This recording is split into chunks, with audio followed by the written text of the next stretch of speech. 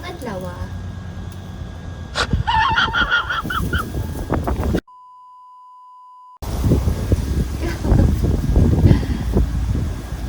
hangin kaayo ba? Eventually, Ang atong lutuon ron is tinolang manok. So, magkuha ko ang tanglad para isagol sa atong tinolang manok. Tara, magluto na ta! Adunay bonus scene sa katapusan ani nga video. Magluto ta karon og tinola nga manok. Mao kini ang mga sangkap sa pagluto sa tinola nga manok. Una, hiwa-hiwaa ang manok og igahin para unya. Then, hugasi ang tanglad og hugta paghigot.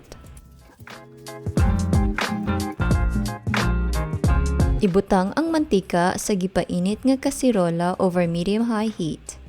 Isunod pagbutang ang sibuyas ug igisa kini hangtod matinaw. Then, igisa ang ahos hangtod mohumot ang imong kusina. Isunod ang luya ug igisa kini sulod sa 1 to 2 ka minutos. Ipakilid ang mga lamas ug ilunod na ang manok. O kaya para masagol. Taklubi ug lutua kini sulod sa 5 to 10 minutos. Baliha ug lutua ang pikas nga bahin. O kaya panagsa para dili masunog.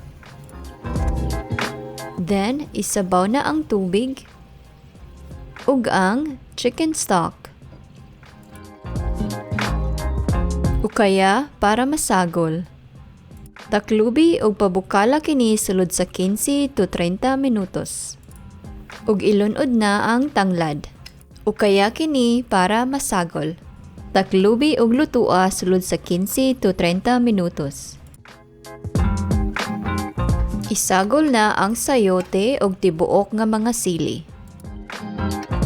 Taklubi og pabukala pa sulod sa 15 minutos. O kaya kini panagsa.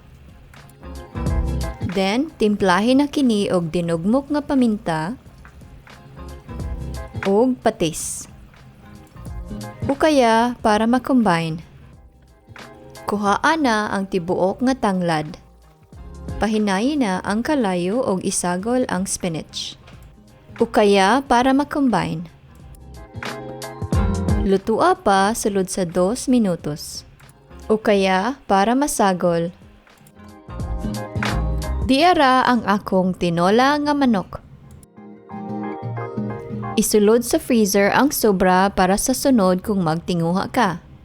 I-serve na kini samtang init-init pa kauban ang imong paborito nga white, brown, or red rice. Mga una ta!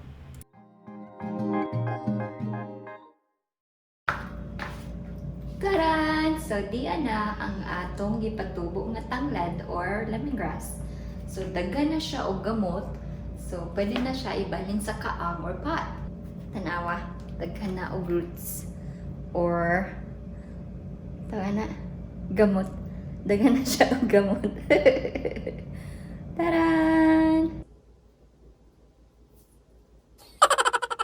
So let's do this.